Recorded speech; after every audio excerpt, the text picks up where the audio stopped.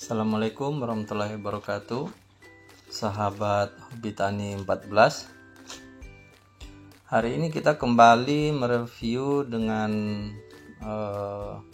sahabat-sahabat sekalian tentang bagaimana caranya penanganan kondisi lahan kelapa sawit yang gunung berbukit. Ini adalah contoh pembuatan rora atau parit dan tapak kuda atau teras individu. Pertama-tama yang kita lakukan adalah kita menggunakan alat skop garpu. Itu gunanya untuk menggemburkan tanah yang akan kita jadikan teras individu dan rora. Karena kalau kita langsung menggunakan cangkul itu akan sangat susah dan keras. Makanya kita menggunakan skop garpu, kita gemburkan dulu supaya nanti ketika kita mencangkul dan meratakannya itu gampang. Ini adalah proses penggemburan. Setelah kita gemburkan, kemudian kita ratakan, kita cangkul supaya tanah yang sudah kita gemburkan tadi itu bisa rata dan di ujung tapak kuda nanti kita buatkan parit atau rora. Jadi kita injak-injak sahabat Hobi Tani 14 agar padat, kemudian kita kikis bagian atasnya, kita arahkan mendekat ke dekat batang pohon kelapa sawit kita. Dan sahabat Hobi Tani 14 perlu kita ingat bahwa pengerjaan ini adalah pengerjaan yang tergolong lumayan berat. Makanya pengerjaan kali ini bisa kita kerjakan tahap demi tahap.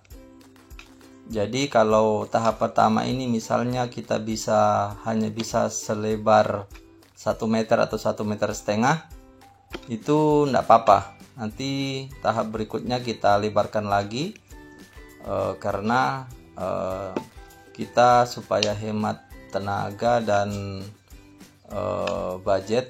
Makanya ini kita buat untuk skala agak kecil dulu, nanti kita lebarkan kemudian hari.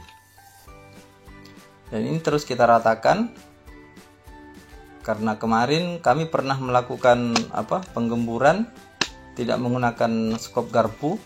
Itu ternyata sangat memakan waktu yang lama dan tenaga yang dibutuhkan pun lumayan banyak, lumayan terkuras tenaganya.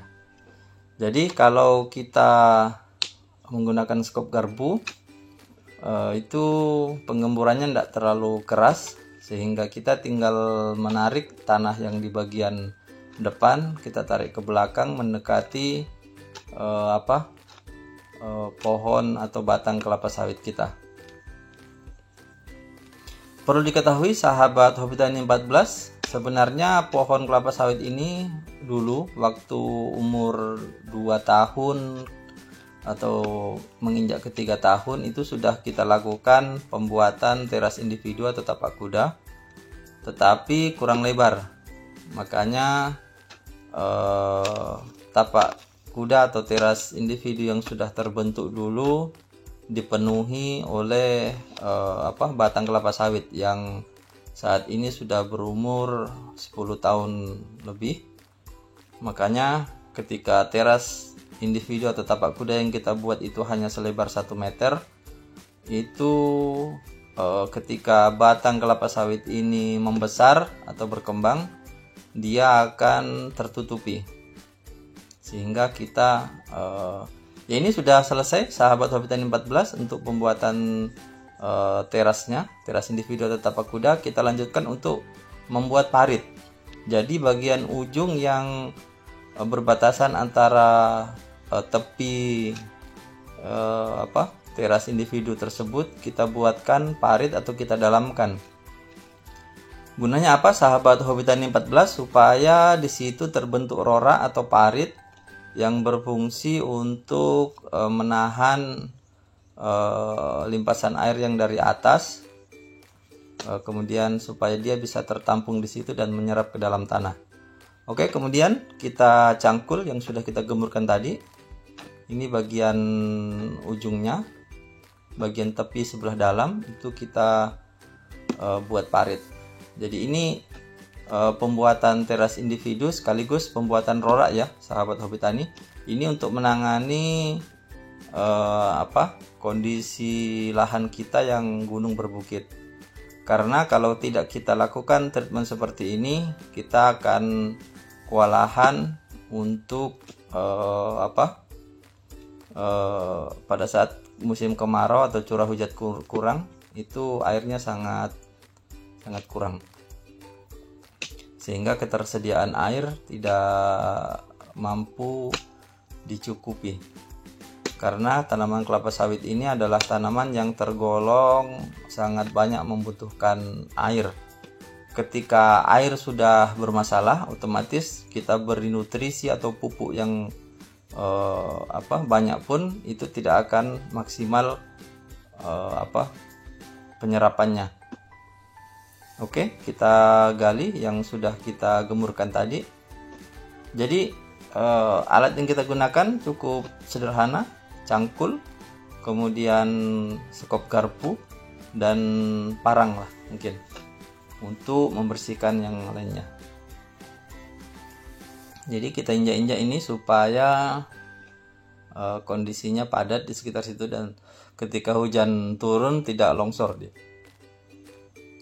Ini kita buat mungkin tidak terlalu lebar ya sahabat Hobi Tani, tapi ya minimal cukup untuk kita gunakan sebagai kultur teknis untuk mengurangi laju erosi yang ada dalam lahan tersebut.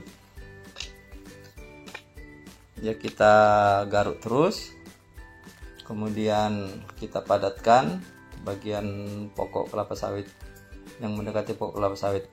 Itu ya sahabat Hobi Tani 14, dalamnya parit atau rora yang ada di sekitar ujung teras individu atau tapak kuda tersebut sekitar 20 sampai 30 cm.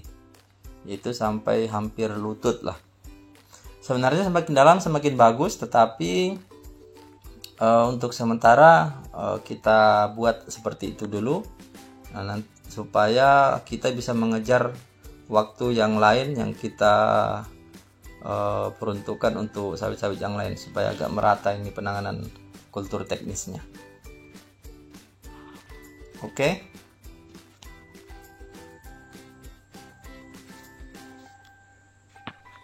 Ini sahabat Hobi Tani, kalau kita lihat dari atas,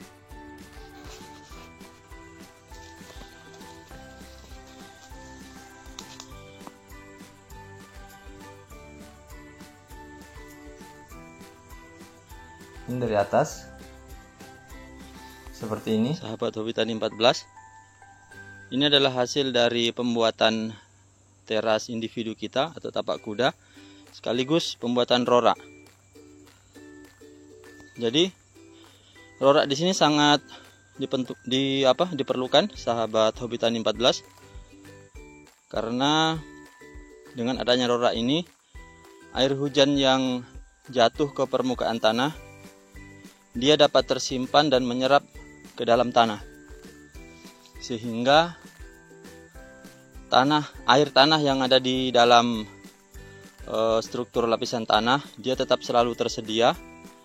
Sedangkan kalau kita tidak buatkan rora seperti ini, air tanah akan terus mengalir di permukaan menuju ke bawah. Dia tidak meresap, sehingga pada saat curah hujan kurang, tanah di areal berbukit atau pegunungan ini cenderung cepat kekeringan. Ini kita lihat dari dekat. Kalau sahabat Hobi Tani 14 belum bisa membuat dengan lebar, ini memang bisa kita cicil. Ini roraknya ada sekitar kedalaman 20 cm. Itu sahabat hobi tani. Jadi ini dua fungsi. Pertama kita membuat teras individu atau tapak kuda. Yang kedua kita sekaligus membuat rorak atau parit. Ini juga sahabat hobi tani 14 pada saat lama kelamaan ini akan tertimbun bahan organik yang terbawa atau tercuci dari atas. Ini akan tertimbun di sini sehingga di sini cenderung banyak tumpukan bahan organik, dan setelah banyak tumpukan bahan organik secara otomatis pasti akar serabut itu akan banyak terdapat di sini. Ini dibuktikan ini tidak terdapat tumpukan bahan organik saja, akar kelapa sawit ini sudah banyak menembus di areal sini. Apalagi kalau di sini terdapat tumpukan bahan organik, dia akan lebih banyak lagi. Dan setelah itu kita bisa lakukan pemupukan dengan dolomit, terus yang kedua organik di areal sini saja sahabat hobi tani 14. Kemudian yang ketiga NPK. NPK kita tabur di sini. Otomatis dia akan cenderung meresap di areal sini, kemudian ke dalam tanah. Dan kalaupun ada yang terbawa ke bawah, dia akan teresap di sini. Ada resapan di sini yang baru kita timbun. Otomatis di sini juga banyak akar. Oke, sahabat hobi tani, mudah-mudahan bermanfaat. Ini cara sederhana yang menurut saya mudah-mudahan bisa menjadi solusi bagi kita yang punya kebun di areal berbukit. Oke, terima kasih. Assalamualaikum warahmatullahi wabarakatuh.